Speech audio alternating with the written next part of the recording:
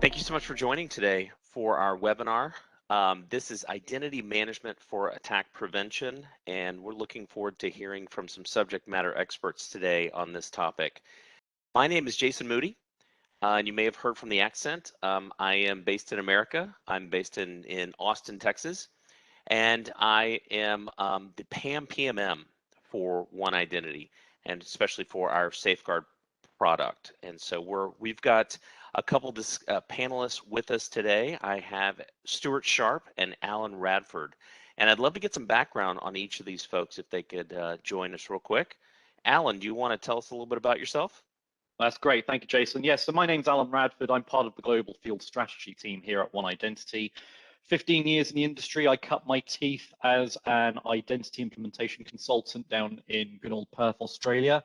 Moved to the UK in 2012, where I joined Quest Software through the Dell acquisition journey and the ongoing investments we've been making in identity security ever since. My specialism is in privileged access management, but as a multidisciplinary vendor and individual, we also cover identity governance and access management. Excellent. Awesome. I'm also joined today by Stuart Sharp. Stuart, tell us a little bit about yourself. Yeah, hi. So by my accent, you might tell that I'm Canadian, but I am based in the UK. But I have a global role at One Identity as VP of Product Strategy. My background is in networking and security, going back to being a product manager for database security at Oracle, worked in cloud encryption for CASB, but the last 5 or 6 years, I've focused on identity and access management and specializing on access management, and particularly as we've seen the rise of cloud-based access management challenges and requirements. Awesome. Great. Thank you guys so much for joining me today for this call. I wanted to start out with identity management for attack prevention, and really wanted to find out what's going on with the cybersecurity landscape from both of your perspectives. It's obviously very complex. Attackers are continuing to develop new and ingenious methods of compromising systems. There's different intrusion tools that were originally developed by intelligence agencies, but then leaked, reverse engineered, and made available. There's online stores that have been created where people can go out and actually purchase different tools. Security breaches with credential breaches and so forth are also published. So we know that there's a lot going on. I would love to get each of your perspectives on how you see things happening right now, what the security landscape looks like. Yeah, I'd like to maybe kick this off and just lay some groundwork. Yeah, that it's really important that we never forget to cover the fundamentals of identity management. So before we talk about some of the latest things that you can do, your greatest point of vulnerability is if you do not have a deterministic, systematic way to grant and revoke and modify people's access to application and to resources. So I think a lot of what we need to assume is that you've made those you've made progress in those fundamental challenges in securing the basics. You know that you don't leave people with lingering access to resources after they've changed a role or left the company, etc. And you've put MFA in place as standard for your employees, things like that. Excellent. Alan? Yeah, well, I'd add to that. I think that at the risk of stating the obvious, we're continually moving to a fragmented state when we look at the individual, and you look at, you ask yourself, how many accounts have you got? And then look at that back into your work life, how many accounts do you have? And there's an ongoing effort in many organizations to reduce that number of accounts, hence proliferation of single sign-on and so forth. But when you then look at the infrastructure and the applications themselves, the legacy view is the data center and the modern view is the cloud. And the more cloud we consume, the more fragmented that application landscape becomes, and the more distributed the accounts we have, but also the entitlements we have as well. The more federation that we're consuming, the more of those protocols that we're using through things like SAML, OAuth, OpenID Connect, and so on. All of that is really an effort to try and start reining that fragmentation back in. And so I find it very, very interesting that that's leading to a number of organizations today looking at that issue and going, well, how do I start consolidating around this, particularly when I consider how I fund and feed and water my security strategy and how I simplify that security strategy as that complexity continues to grow. Excellent. Well, that kind of excellent. Thank you both for your points. That leads me to kind of my next point and my next slide, and talking a little bit about what's going on with 85% of organizations facing huge security problems, and that both of you just said this, their employees have more privilege access than necessary, more access than necessary because identity sprawl, and you both mentioned that as well. But it does make these prime targets for cyber criminals, because if cyber criminals can get to the privilege access, they can get to the data that they want. And so I'd love to get your opinion on that type of thing. Well, I'd love to jump in here, Jason, because I think it's not very well understood that the concept of a privileged user has in of itself evolved. Okay, so we always used to think of a privileged user as say somebody who can change a system, whereas a normal user would use a system. So if I log into, I don't know, my Windows laptop at home, if I log into my Windows laptop as a user, I would use that laptop. If I logged in as a privileged user, I would change stuff on that laptop, maybe go so far as to change something in the BIOS, or maybe to go simply change something in the Windows OS layer. Now, times have changed, and privileged access is no longer just about what can be done to a system. It's about the damage that can be done full stop. Okay, so I'll give you an example. You think about big brands out there, big brands like Coca-Cola, Nestle, they're like IKEA, like name any brand, think of a brand, okay? Think of any brand. And then think to yourself, like Apple's a good one as well, and Amazon. Think to yourself, what is the strength of that brand? Okay, what is the value of that brand? And I use the word brand specifically, okay? If there's bad press, if somebody goes to, say, the Coca-Cola website or the Coca-Cola Facebook page and talks about Pepsi, or somebody on the Pepsi Facebook page starts talking about Coca-Cola, okay, then that can actually have, especially if it's an employee, okay, that can actually have an impact on share price, okay? And so a privileged user for an organization with a very, very strong brand may very well be a Facebook admin. They're not changing the Facebook database. They're using Facebook as a user. So the concept of a privileged user comes down to one core principle: risk. Stuart, to your point, a question for you. We've obviously cemented the work from home as a viable option for many employees over the past couple of years during the pandemic.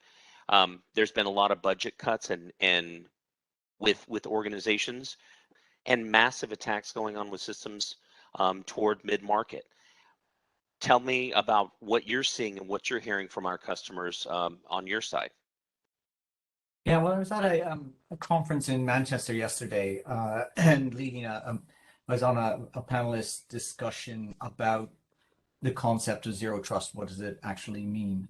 And it was very interesting because the people there from different industries, from universities, etc., they were talking about the real world challenge they have about user adoption, user acceptance.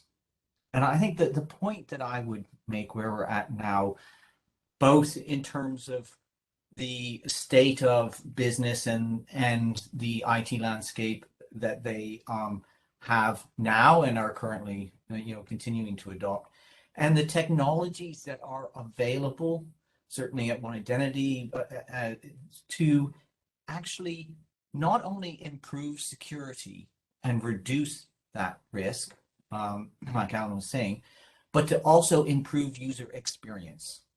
And a really obvious use case, for example, is the fact that almost everybody has a smartphone and they've got on-device biometrics, right?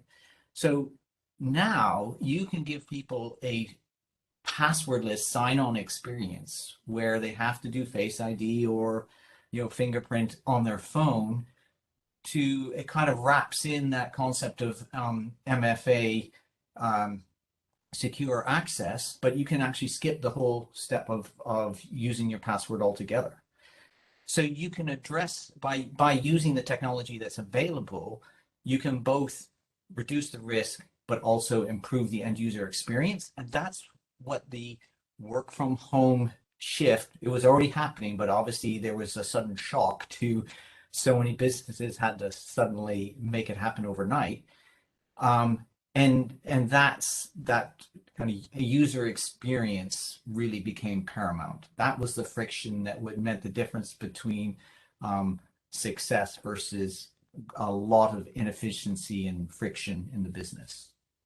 And obviously, from an end user standpoint, if I have a much easier experience while proving who I am and making sure my identity is correct, I'm going to be using that technology much more often. It's going to be, like you say, frictionless. It's going to be the thing that will allow me to do my work in a way that doesn't complicate things or make things more difficult for me as an end user. And so that's making things almost, consumer centric.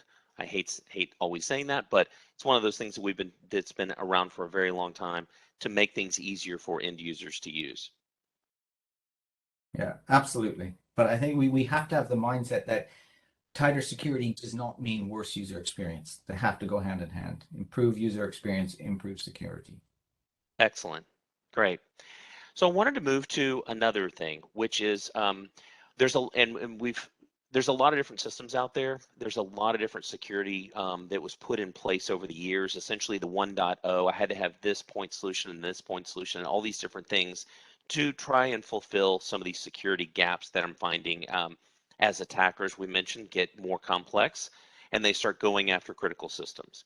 I would love to find out both of your perspectives on a unified security platform, or essentially looking at a vendor and saying, can they provide a lot of the different things that I'm going to need from a security perspective? So Alan, can you talk a little bit about that? Yeah, I'd love to, Jason. So there's Stuart touched on a very important point around friction, and part of the point of having a unified security platform in an approach to this is to actually remove components of those friction. Okay, so Stuart spoke about user interface and removing friction from the end user's interaction with systems. But there's also other areas of friction that get overlooked as well. Part of the logic behind consolidating around a single security platform is not just around funding and making more of the resources that you have, because you've also got teams that you're consolidating as part of that exercise, which is a very healthy thing to do. But it's also around removing friction between security silos. Okay, think about that end user experience where they're using biometrics to log into a system, or they're requesting access to a system that needs to be approved, and the person approving it is going to either approve Alan Radford accessing admin 5 on server 12, or whether they're going to be approving Alan Radford accessing the accounts payable database when he accessed accounts receivable database yesterday. All of those different components that enable the decision making and remove friction from the process as well is one of the key benefits at play here. That's why when you look at privilege access management, identity governance, and access management, you look at the market history of that and the vendors that exist in those spaces, it's very interesting to me that we're only now seeing those three areas of the market consolidate, being led by customers consolidating around these platforms. And like, as you know, Jason, there's only so many vendors that exist in all those spaces, right? And just before I back over to Stuart, one of my favorite quotes that came out of Gartner this year was that by 2025, converged IAM platforms will be the preferred adoption method for access management, IGA, and PAM in over 70% of new deployments. And they said that twice, not just in the Gartner Access Management Quadrant, but also in their key predicts for 2022. So that consolidation is in motion, and it's being driven by, to Stuart's point, need to remove friction, but also a need to be more efficient. Well, I don't know what you'd like to add to that, Stuart. Well, when we talk about a unified security, I think one of the really important things these days is um, the fact that we have more and more ways of taking in external signals and assessing the risk that those signals indicate. For example, with the One Login Access Management platform and One Identity, we have something called Vigilance AI. Every time a user tries to authenticate to the platform, we perform a real-time risk calculation on have they authenticated from this laptop with that browser and that browser version, uh, from this IP address, this geographic location, all the rest of it, what's their device, and before, and have they successfully been verified with MFA in the past from that profile, etc. So there's a lot of intelligence and that you can use and to calculate that risk score in real time. Now, how does that apply to the to the unified story? Well, what's been happening is that those real-time risk scores are being used not just as a warning or a logging or even just to feed into your SOC, security system, but it's being used to actually adapt in real time the authentication flow, right? The experience that the user is going through. So if they have a higher risk, rather than just block them outright, which can impact the business, you challenge them for a stronger form of of multi-factor authentication, for example. Now, that's just at the point of access. When you look at identity management as a whole, you actually have a number of other risk calculations that you can look at. And with a unified platform, you can integrate those risk flows. So the way a user is granted permission to a particular application can actually influence and change the way they authenticate into that system. So is it a standard application that's part of their job? Did they just ask for it themselves and it wasn't approved by a manager, etc.? So there are ways that you can take the risk of the risk calculations from a governance point of view, feed it into the authentication experience, and use that even more intelligently when it comes to privileged users. It's really about taking that security to the next level. And you That's touched awesome. on something there, Stuart. Sorry, you touched on something there that was also very important as well. When you talk about that vigilance AI and that ability to be contextual and actually change the access flow in real time based on what's actually happening, based on context, that's a really key part of any zero trust strategy. NIST did a great job of writing this stuff up with their 7 tenets of zero trust, which I won't bore the audience with. But one of the key outputs that NIST put front and center of that is that the policies themselves must also be dynamic, because your users, your assets, your accounts, your entitlements, your rights, your risk, they are all dynamic. And so the policies themselves must be dynamic too. And yeah, and there's one other aspect too of a unified platform where I think that this is where there's so much potential. When you have one platform that controls the creation of users in target systems, right? When it controls what access they're granted and actually controls the access, the authentication experience itself, that opens up whole new doors where you can take something like zero trust to a new level. And Alan, that makes me think of that whole concept of JIT, that just-in-time provisioning in the context of PAM. Maybe you want to explain that a bit. Yeah, well, that's an excellent example of policies in motion, right? Say you've got let's say somebody needs to do something. It doesn't really matter what it is, but say they need to do something, anything whatsoever, really, something that carries risk. And when they go to access that account today, that account will likely already exist for them. alan.radford@oneidentity.com. I have that account. I used it to log into this webinar, and I use it to do all sorts of weird and wonderful stuff. Okay, but if I want to go and do something that carries risk, then does it make sense for me to have the rights on that account all the time, or does it make more sense for me to have the rights on that account only when they're going to be used? So zero standing privilege. Okay. Now there are many, many ways to implement that, depending on what your process is, depending on what your environment, your compliance requirements are. You know, if it's like a PCI environment, there'd be different requirements, for example. And so you might not want to have the account exist at all, but only have it exist for the period of time it needs to exist to do specifically that one thing, and then have it rescinded.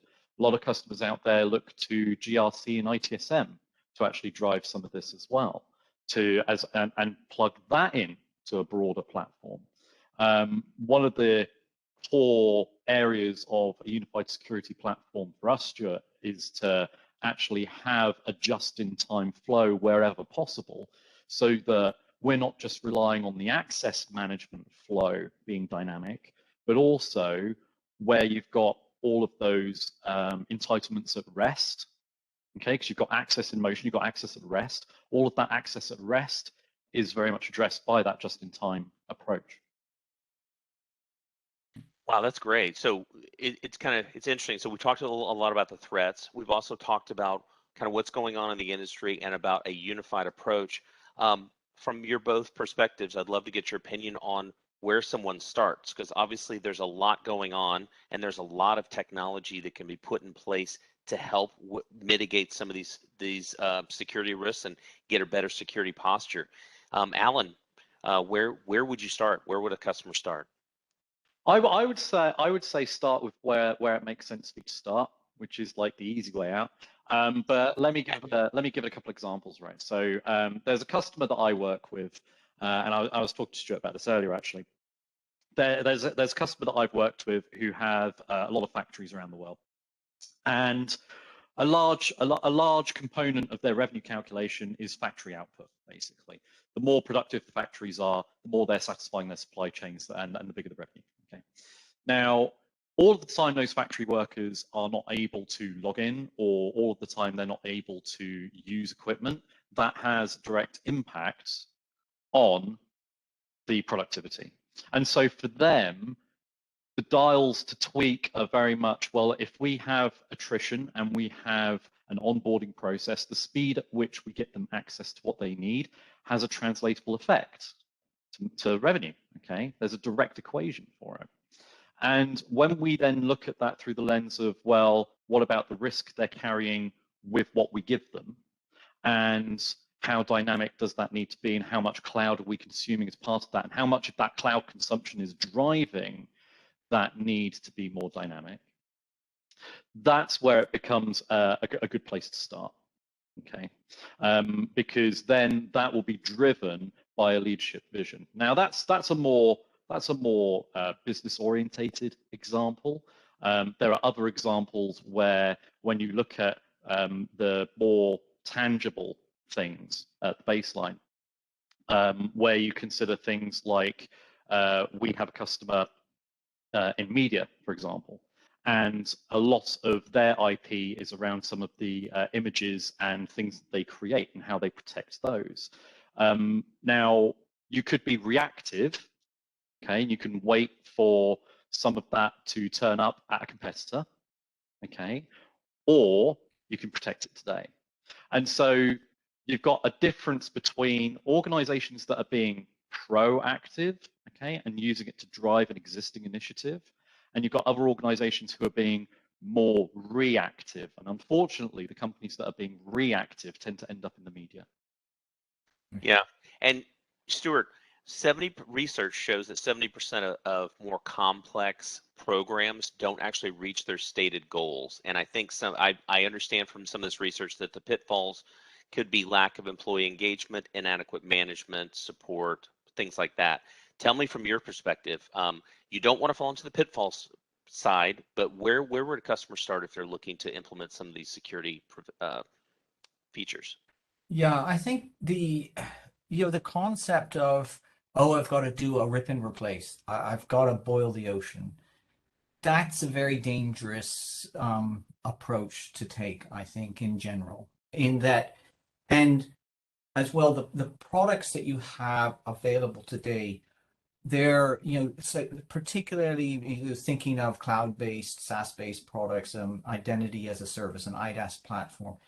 It's so easy to plug it in for a single use case and gradually roll it out to cover more and more of your estate, even not just cloud-based, not just control access for cloud-based services, but also hybrid on-prem services and plug it into your AD, etc. But you don't have to do it all at once. You can roll it out gradually. So the opportunity is to look for a platform that you can put in place to begin your identity and access management journey, right? And that will allow you the flexibility to gradually roll it out and extend the surface area that you cover, rather than try and we've got to replace everything we've built up over the last 20 years and get it all done in 2 months. That's awesome. So it sounds like a choose your own adventure. You want to you've got all these different things in place potentially currently, but where you want to go and plug some holes, you can actually decide what the best thing is for you to start, where to start, and then start working with us to plug those holes and then build out from there.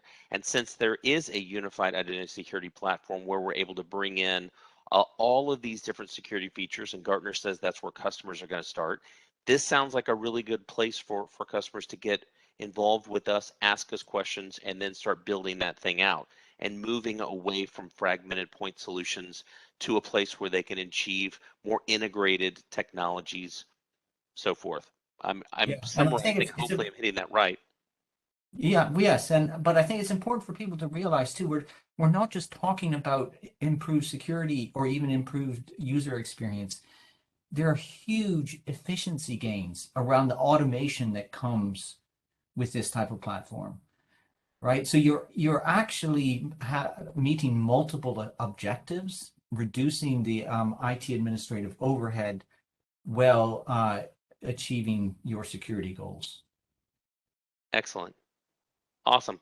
Well, we are approaching the bottom of the hour and the end of the conversation. I do want to thank Alan and Stuart very much. If there are questions, we can be contacted through email, but I would like to thank everyone for joining today and listening to this excellent conversation. Alan, Stuart, thank you so much for your expertise and your time today.